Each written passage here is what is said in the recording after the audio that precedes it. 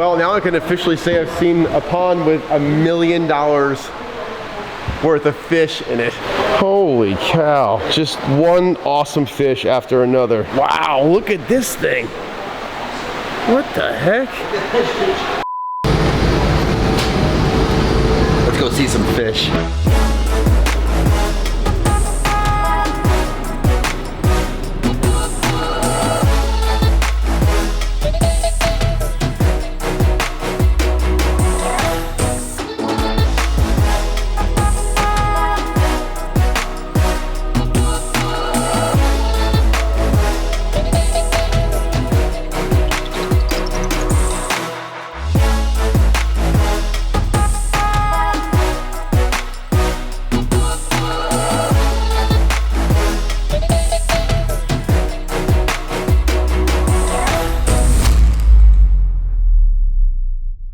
Hey everybody, it's Jack from Atlantis Water Gardens. We're doing something a little bit different today. We are in Niigata, Japan, checking out some of the top koi farms that are in this area. We're actually at Marusai Koi Farm right now, which is in Niigata.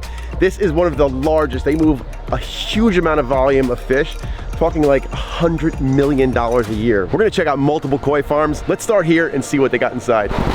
Wow, these are some absolute monsters. Huge koi. They've got several of these tanks. So these are all grown up in mud ponds in the mountains of Niigata. Then they bring them down their facility here where they're separated out, and this is actually where they sell from. This is unbelievable. So all the fish just came out of the natural mud ponds from up in the mountains. They've caught them, they seined them out, they're bringing them in here. Now it's ready for the sales. Now all the different buyers are coming in from around the world to purchase some of these fish, and that's because this is state of the art. This is where the best of the best fish are found, right here in Niigata, Japan. Unreal.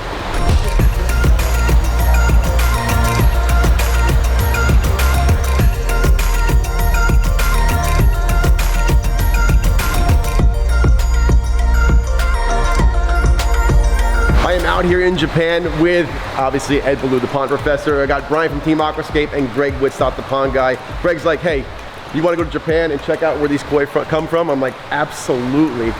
What we're gonna do is actually check out a lot of the fish that are here. We're gonna get to understand a little bit about the history of these living aquatic jewels. So this is our first stop. I'm already blown away. Like Greg said earlier in the day, it's like Christmas in October for me. I know you're not that big of a fish guy, but this is super cool. This is our first stop and I'm already like overwhelmed on how many, oh my God, look at these. Oh my God, look at the babies.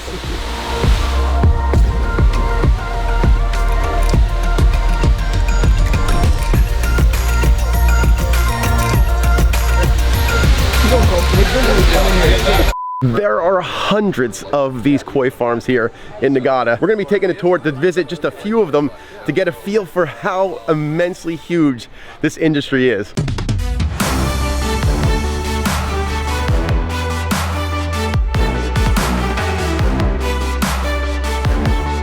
One of two breeders is Yamasan Koi Farm, one of two breeders that sells butterfly koi here. And according to Brian, they sell out every year in the States. We buy butterfly koi like crazy. I myself don't love them. It's a genetic flaw. It's actually the gene of the koi causes the fins to grow and never stop. And it is a highly dominant gene. That's why I don't like to spread the love of the butterfly koi, but man, people buy them like crazy. Everybody loves butterfly koi. Pond Mom. I really love butterfly koi. I don't know what his problem is. They're nice. They're nice.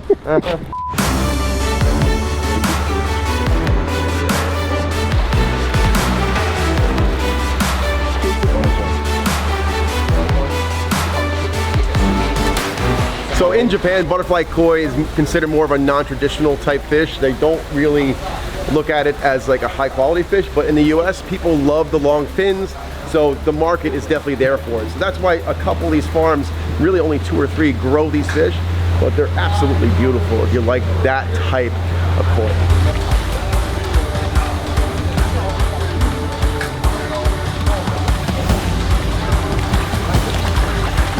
All right, our first 5 fish that we bought, super excited, like a kid in a candy store.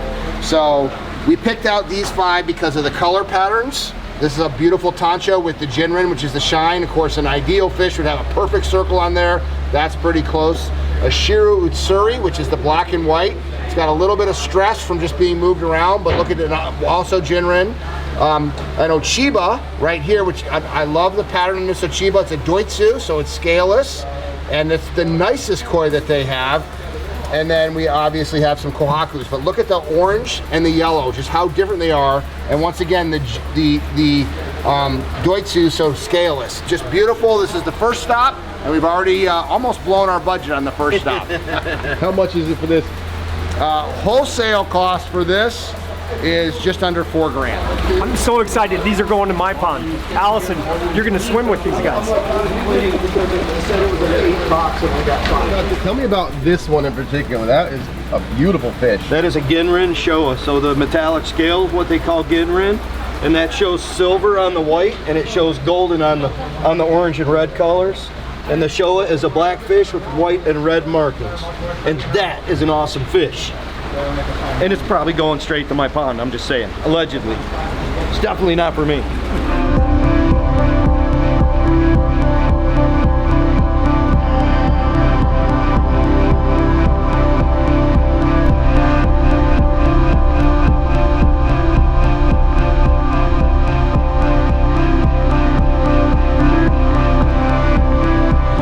Not all these farms are huge. Some are just small little family farms. We've got one right here on the edge of this big valley with some really beautiful fish in it. So this is a breeder that does Tancho Showas.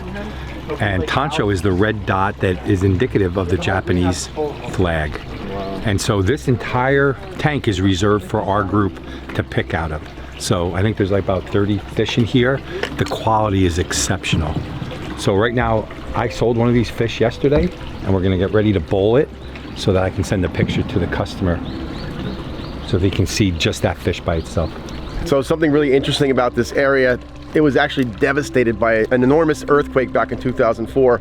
And right here you can kind of see the remnants of that. This concrete holding pool with all these cracks in it, and it's actually undermined underneath the whole thing. Still standing, still using it to hold their koi.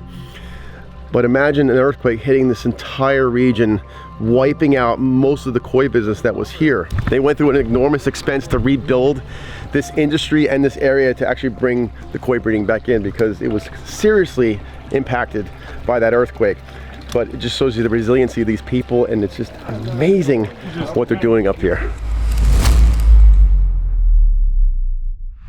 So this is super cool. We're actually stopping at Shintaro Koi Farms, and he's actually inviting us all in for lunch. Yeah, we're gonna go check out some of his fish, and it's a very old school traditional way of like welcoming you and bringing you, kind of bring you into their family and welcoming them into your home. So it's really cool. We have a homemade Japanese meal made by his wife, and it'll be a nice relaxing hour for us to kind of regroup and get ready for the rest of the day. Awesome.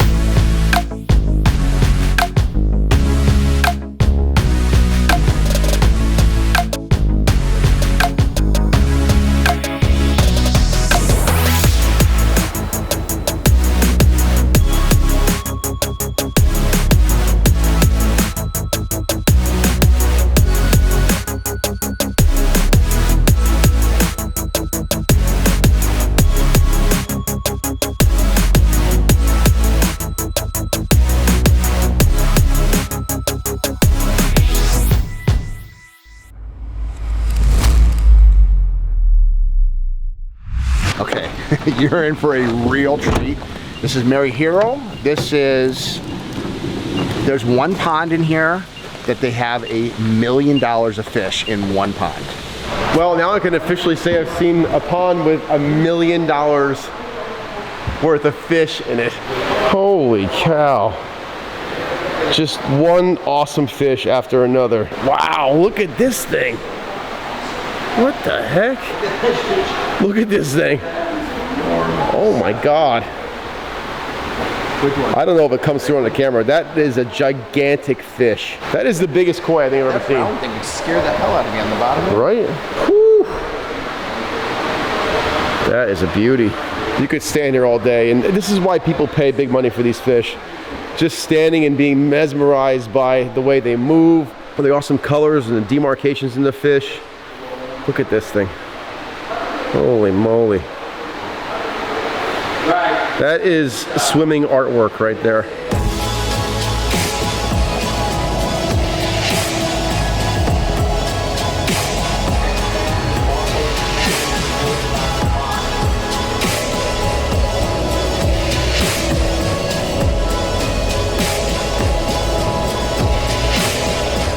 This is really breathtaking. I've never been a huge fish person, but seeing something like this just makes me appreciate how much work goes into bringing these fish to life. So they're breeding these to bring out these colors, like the way they're bringing different fish together to get these different patterns and stuff takes just generations of knowing exactly what you're doing. And this is freaking amazing. It is Christmas. It is Christmas morning and then some. How many are you buying? Well, since the baseline fish in here is $20,000, that's more than my entire budget for all the rest of the fish. So probably none.